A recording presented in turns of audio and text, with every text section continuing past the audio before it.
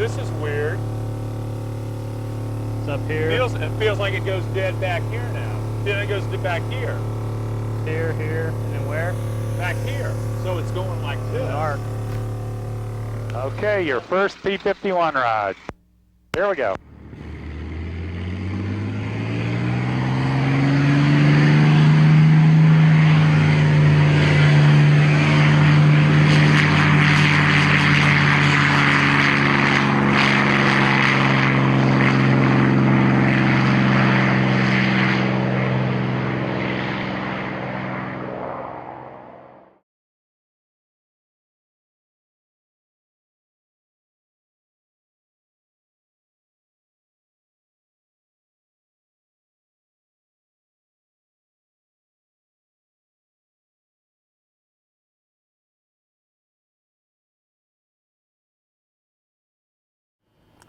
This is an amplifier which generates power to operate the vibration exciters.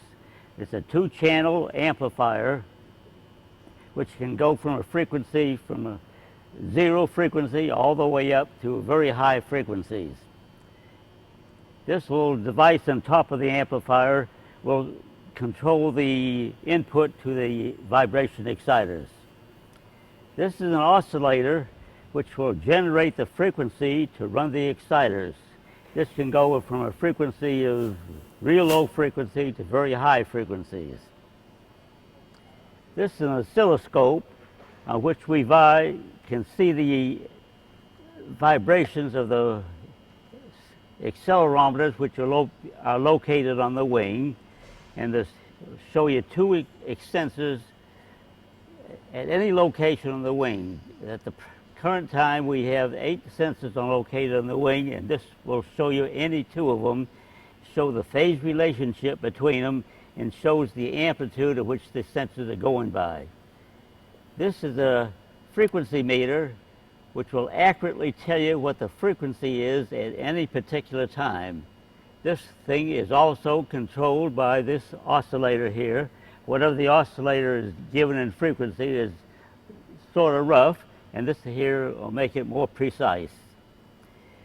These are two air conditioners which will take the output from the accelerometers and put them into this 2 meters, which will give you a velocity output, which will give you a relative amplitude of which the various sensors are going. This can take any one of the 8 sensors that we're employing and will show the relative amplitudes of each sensor at any point on the wing.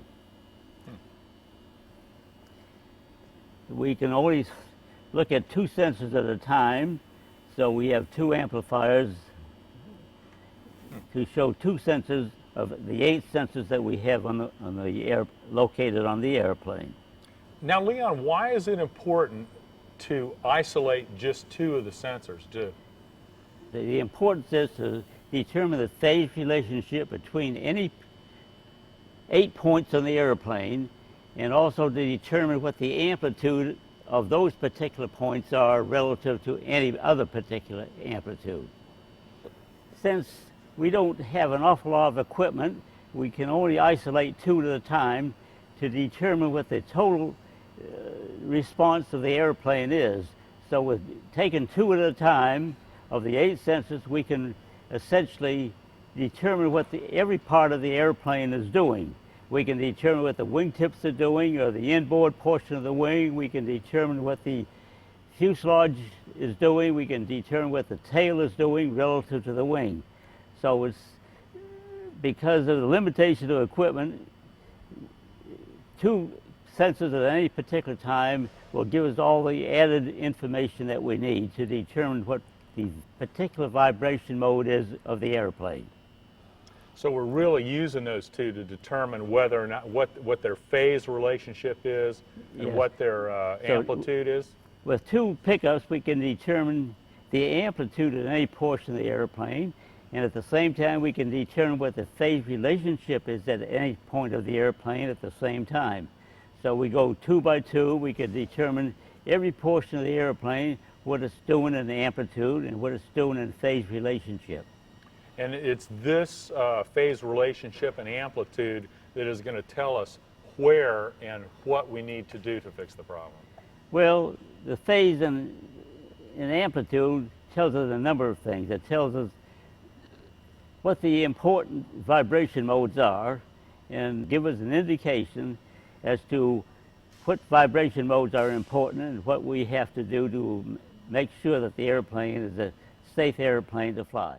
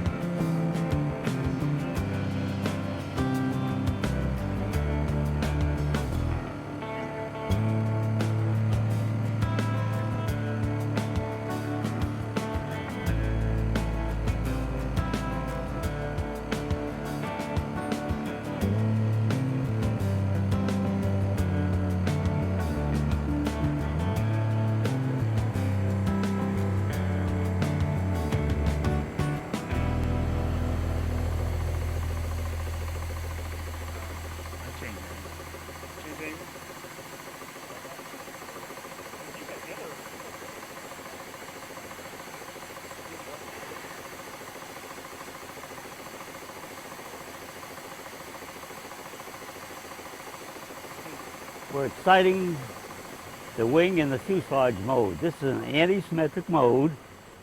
It's the wings coupling with the fuselage at a frequency of 7 CPS. You can look at the traces right here, and the two traces are opposite to each other, indicating it's going anti-symmetrically. This is wing coupling with the fuselage side bending and fuselage torsion. We're now turning the frequency up to the first wing symmetric bending mode, which is at 24 CPS. So now the curves should be Now the symmetrical. curves on the oscilloscope should be in phase with each other.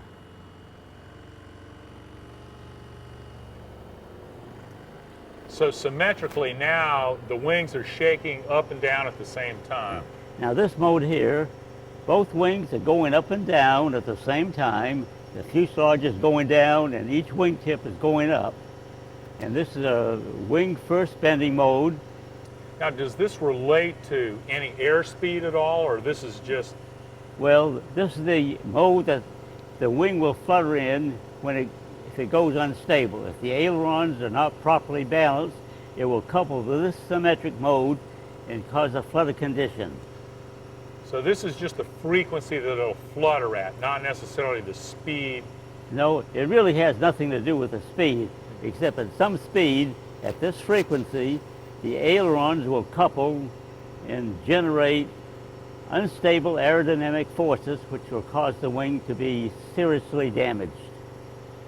Now, right now, you've got accelerometer 1 and 5 set in. Yeah. If we change this relationship, will it still stay symmetrical? No, if I change the relationship, it all depends what part of the airplane it's on. Now, if I change the relationship, let's say to pickup number 8, it may change. We'll change it to pickup number 8 and see what happens. Yeah. Now you can see that pickup number 8 has a small amplitude, but it's changed phase relationship to an anti-symmetric condition.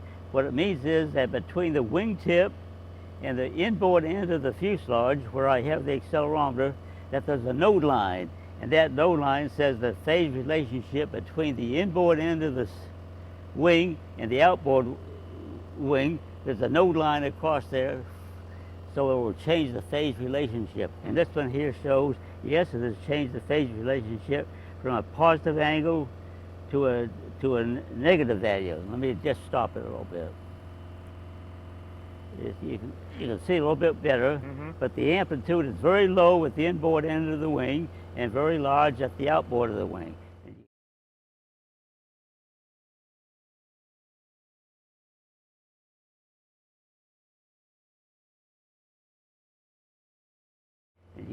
If you look at it very carefully, you can see there is a difference. One is out of phase with the others by a small amount, indicating that between the inboard end of the wing and the outboard end, there's a node line.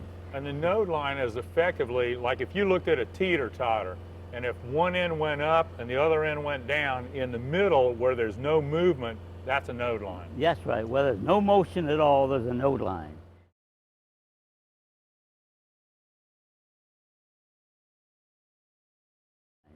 So with the accelerometers, I can actually determine whether there's no motion by moving the accelerometer inboard or outboard, and I come to one point there where there's no motion of the wing, and that's called a node line. And the node line is important to know where it is on the wing in relationship to a balance weight to prevent a flutter situation? That's right. The node lines are very important because they determine what the aerodynamic forces are on the wing. Okay, hold that for a second. I just want to see this. You want to see what you can do?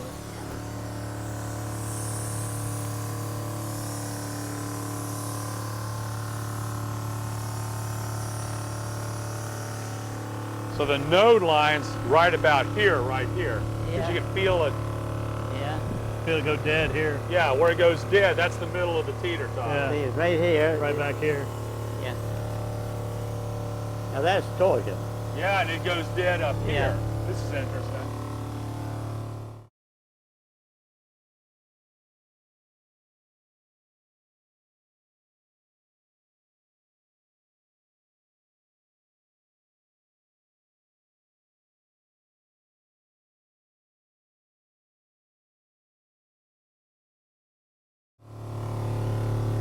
This is interesting.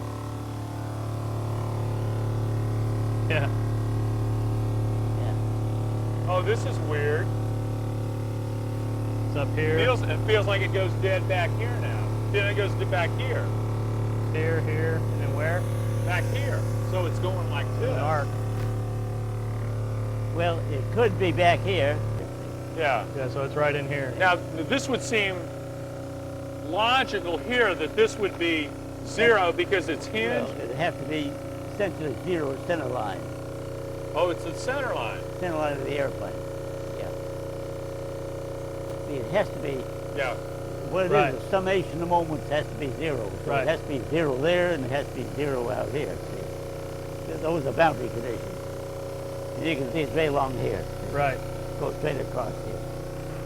Now, the anti-symmetric torsion is almost about the same as the symmetric torsion. It won't be much different, see?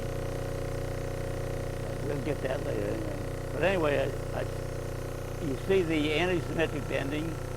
The symmetric bending, the node line is way in there by the wheel. Right. And this thing here is... And it can flutter in any one of those modes. Okay.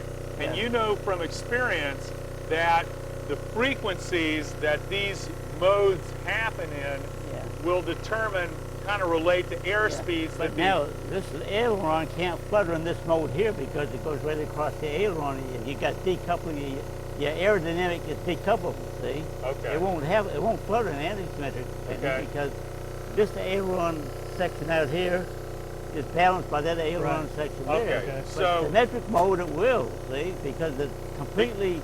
because Everything's it's on in one here. side. Yeah. It's all on one side It's of the. completely Okay. coupled with aerodynamically coupled. And So it, that's the bad mode, okay. and that's the mode we got to balance for. And in the torsion mode, Well, you got to balance for the torsion mode, but generally, if we balance for the bending mode, it'll take care of the torsion mode. But not always. But we just have to do it by analysis. But generally, it probably will because your torsion mode is up in the order of something 30, 35, and your bending mode is someplace in the order of about 20, 25.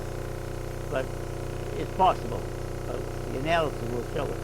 Now, how does the frequency that we're getting these different modes at relate to airspeed that the airplane flies at? It really has nothing to do with it. It doesn't. No. No. In other words, the only thing that relates the airplane and flying is the aerodynamic forces. And if the aerodynamic forces are large enough, it will tie in with the frequency. Now, the higher the, well, it doesn't. The higher the frequency, the higher your flutter speed will be. Everything else being equal, if I have flutter frequency to 10 cycles per second, bending, and frequency to 20 cycles per second, my flutter speed is going to be twice as great. So that's how it ties into frequency.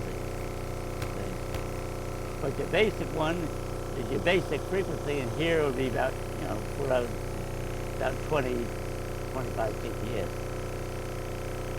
But the only thing is, the higher the frequency, the more critical the flutter mode is, the more explosive it is. Oh, well, If yeah. I had a frequency of 5 CPS, it wouldn't be very explosive. But when I get up to a frequency of 25 CPS, that'd be very explosive. Yeah. See, because of the amount of energy. The energy depends upon the airspeed and the frequency. And if I have the higher frequency, the higher the frequency, the more explosive the mode's going to be. Amazing.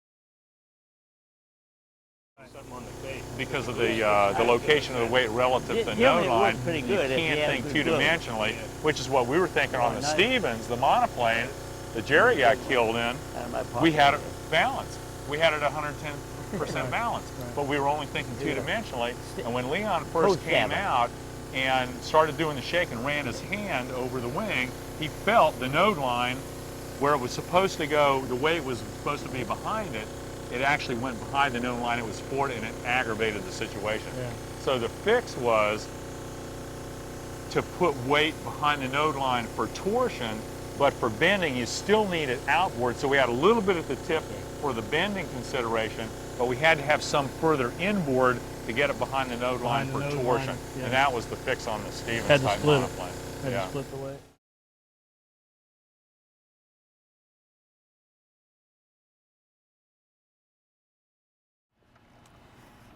I think you have a very serious problem here. You have an excessive amount of free play in the aileron. So I would say with that amount of free play, you'd probably get into a flutter condition just about at any high speed. Even at low speed, you probably get into a flutter condition. The only thing that's saving you, it looks like, is the friction in the system. That's preventing it from flutter until you get to a fairly high speed. So I would advise you not to even fly this airplane probably faster than about 120 miles an hour. I know that's just about your takeoff speed, but that's about what you shouldn't. In other words, don't fly the airplane until you get it fixed. Well, I guess we've probably been living on borrowed time here for...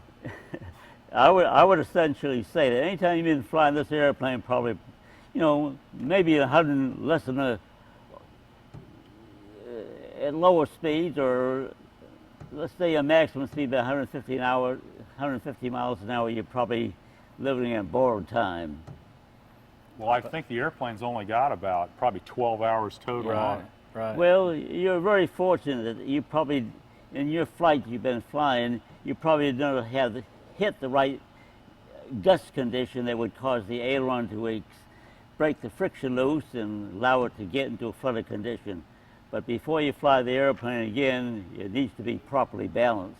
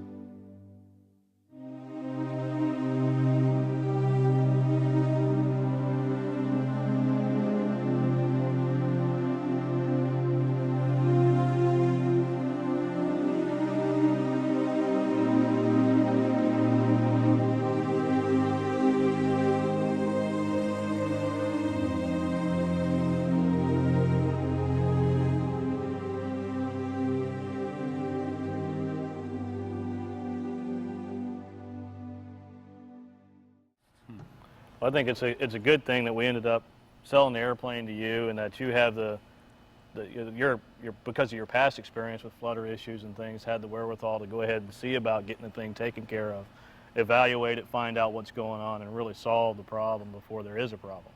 Yeah, I think if anybody else had bought the airplane, they ultimately would have had an accident. Right. Yeah.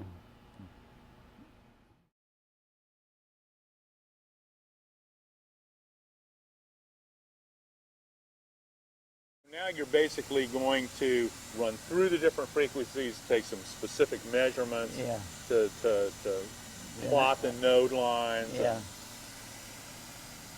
Yeah. And then you'll transfer all that to the drawing that I'm going to bring you to come up with some probably various dimensions.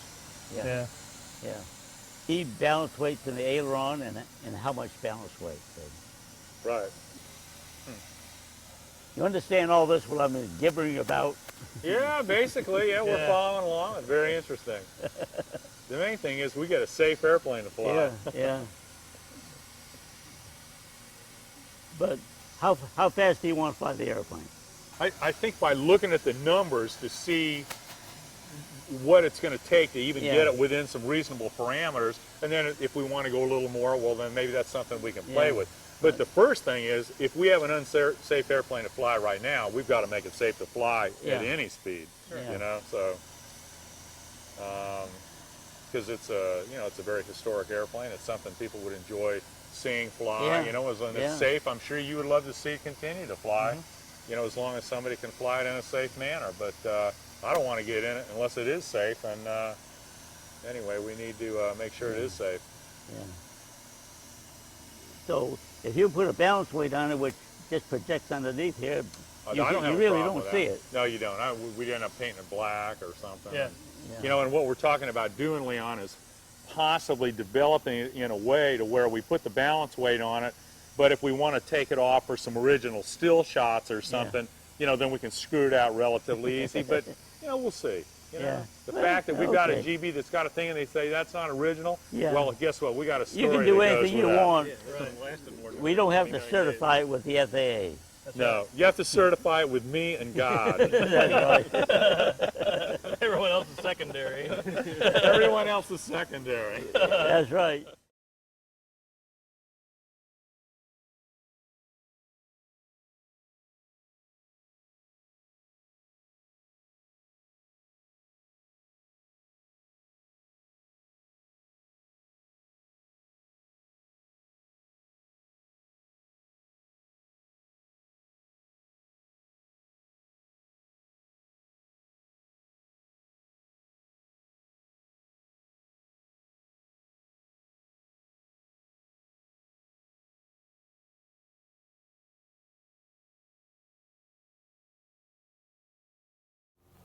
Yeah. Let me get the air conditioner going. Okay.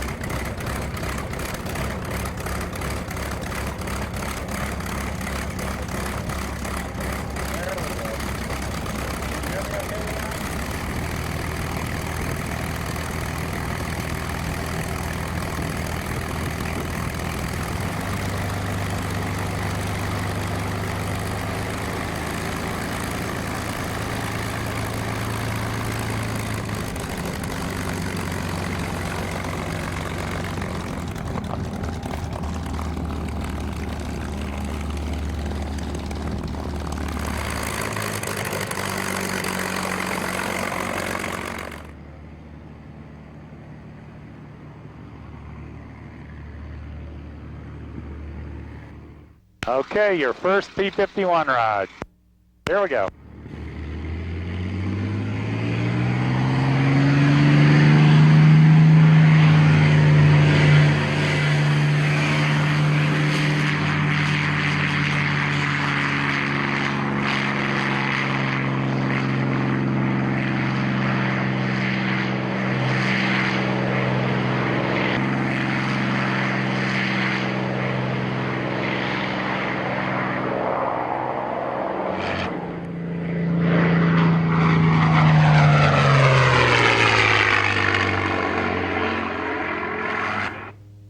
Pretty smooth, huh?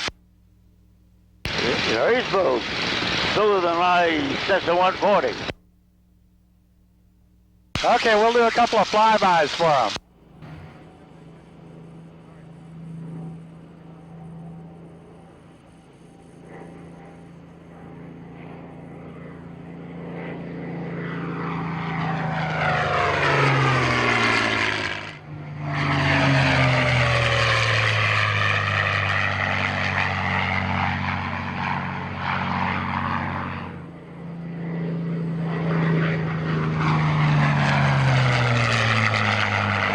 You want to do some aerobatics?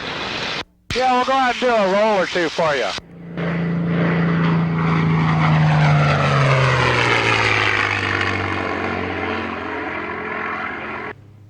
Okay, just real simple. We'll just do an aileron roll.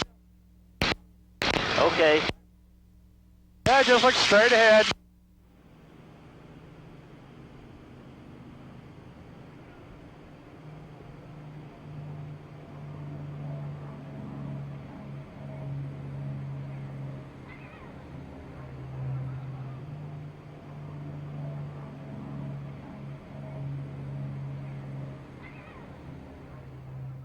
Yeah, I can keep it positive so you don't feel like you're going to fall out of the seat.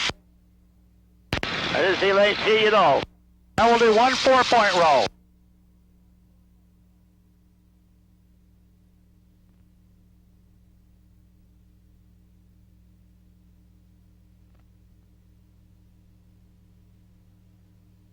Not bad.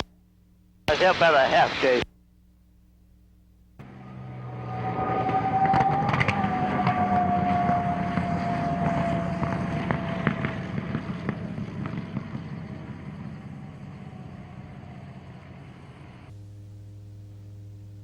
Not a bad landing.